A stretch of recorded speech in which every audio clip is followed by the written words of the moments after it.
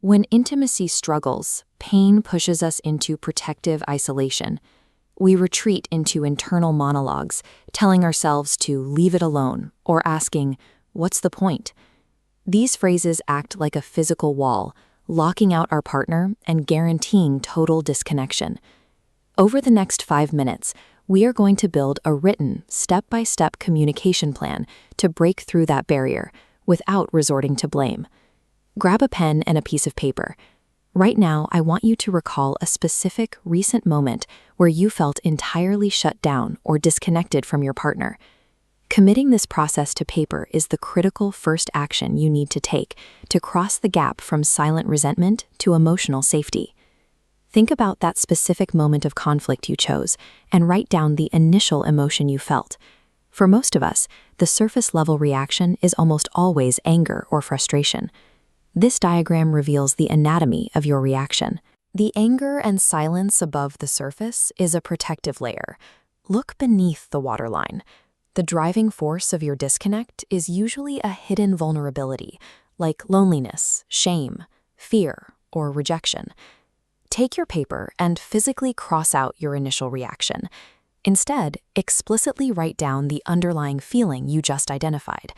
Choose the specific word that is hardest for you to admit aloud. Now we reach step 2, ownership.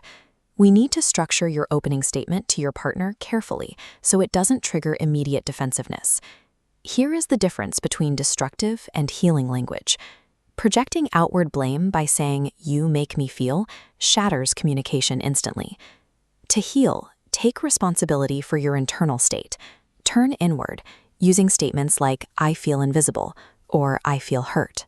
On your paper, draft your first sentence using this exact format: "I feel," followed by the hidden vulnerability you identified in step 1, and ending with "when" to describe the situation.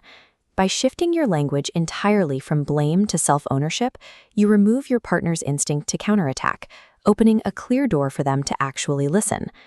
Identifying your core emotion gives you clarity, but that is only half the equation.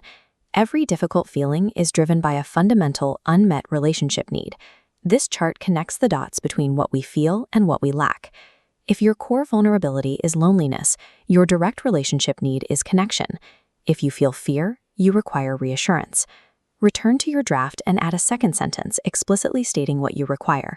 Write, "Right now, I have a need for," and insert your specific need. You now have a completed script. Step 4 prepares you to actually deliver it by consciously adopting the correct physical and mental posture. Our protective state defaults to physical tension. To deliver a vulnerable message, actively adopt a balanced stance. Ground yourself, breathe deeply, and release tension. Finally, apply the golden rule. Speak entirely from your experience and never from blame. Combining a clear declaration of your needs with a physically relaxed, non-accusatory delivery drastically increases the likelihood that your partner will respond with compassion. Even with a perfect, blame-free script in hand, initiating this conversation is rarely smooth. It is going to be messy. This diagram shows the reality of step 5. Reaching emotional safety isn't a straight line. It's a turbulent roller coaster ride. If your partner gets defensive, do not jump off. Stay present in the discomfort rather than abandoning the conversation. When you hit that conversational friction, realize it is not a failure of your script. It is an unavoidable phase required to build long-term trust.